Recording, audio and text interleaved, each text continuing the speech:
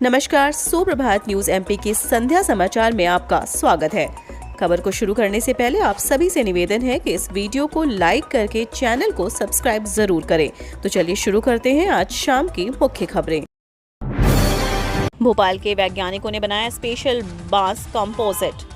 एक अनुमान के अनुसार अगले 30 वर्षों में दुनिया में 20 अरब लोग शहरी क्षेत्रों में चले जाएंगे। उन्हें आवास, स्कूल, कॉलेज, अस्पताल आदि की जरूरत होगी। यदि यह मांग पारंपरिक सामग्रियों जैसे स्टील, सीमेंट से पूरी होती है तो पर्यावरण को बहुत नुकसान होगा। ऐसी स्थिति में लकड़ी ही विकल्प है, लेकिन वह भी पर्याप्त मात्रा में उपलब्ध नहीं है।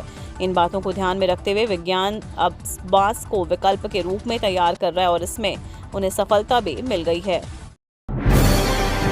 पीएम मोदी के जन्मदिन पर मध्य प्रदेश में एक दिन में सर्वाधिक रक्तदान का बना रिकॉर्ड।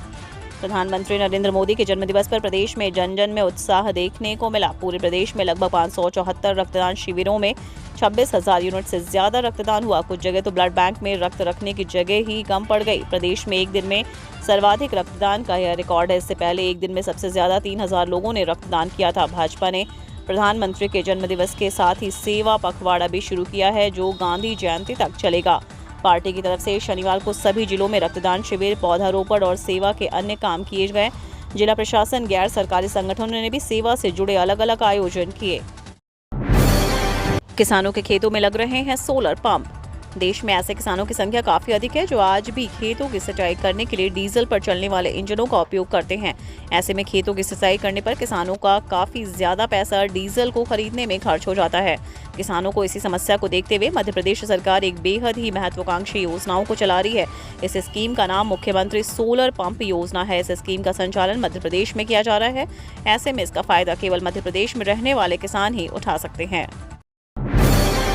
अब पासपोर्ट की तरह पूरे देश में बनेगा एक जैसा इंटरनेशनल ड्राइविंग लाइसेंस।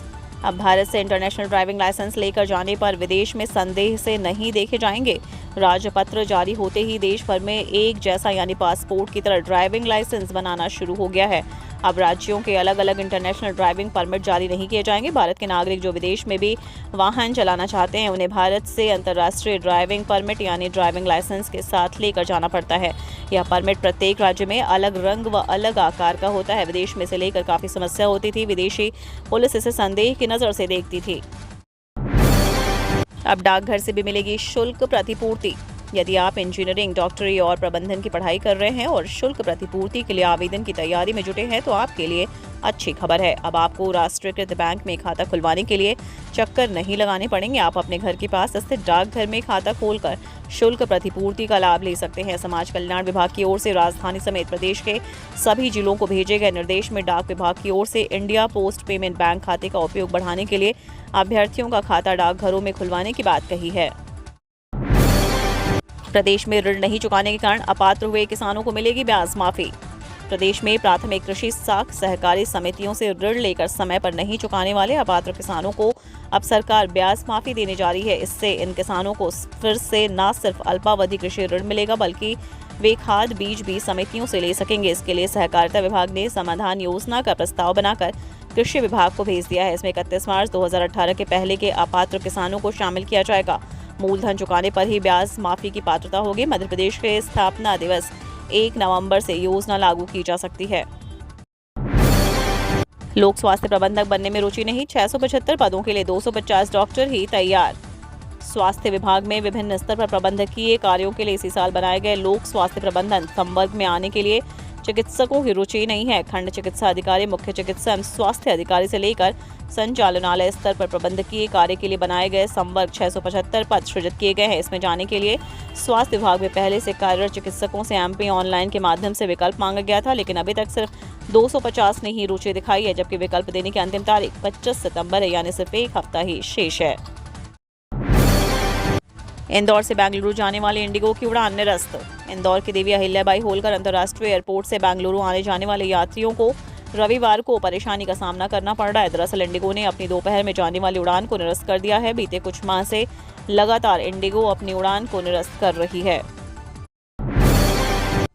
छात्रवृत्ति के लिए कॉलेजों को 15 अक्टूबर तक देना है विद्यार्थियों की जानकारी। प्रदेश सरकार की विभिन्न छात्रवृत्ति योजना के लिए उच्च शिक्षा विभाग ने आवेदन मांगे हैं। विश्वविद्यालय व कॉलेजों को विद्यार्थियों की जानकारी देना है। विभाग ने 15 अक्टूबर तक का समय रखा है। अधिकारियों के मुताबिक अनुसूचित जाति, अनुसूचित जनजाति और अन्य पिछड़ा वर्ग के छात्र छात्राओं का डाटा देना है। हालांकि मेधावी और संबल योजना में भी विद्यार्थियों को राशि आवंटित की जाएगी। सत्र 2022-23 में कॉलेजों में प्रवेश प्रक्रिया पूरी हो चुकी है, जिसमें BA, BCom, BSc, MA, MCom और एमएससी पाठ्यक्रम शामिल है। सरकारी और निजी कॉलेजों में करीब 85 से 90% सीटें फुल हो चुकी हैं। आरक्षित वर्ग के विद्यार्थियों की संख्या करीब 45% है, जिन्हें छात्रवृत्ति योजनाओं का फायदा मिलना है। सुबह से तीखी धूप, मौसम विभाग ने कहा गरज चमक के साथ पड़ सकती हैं बौछारें।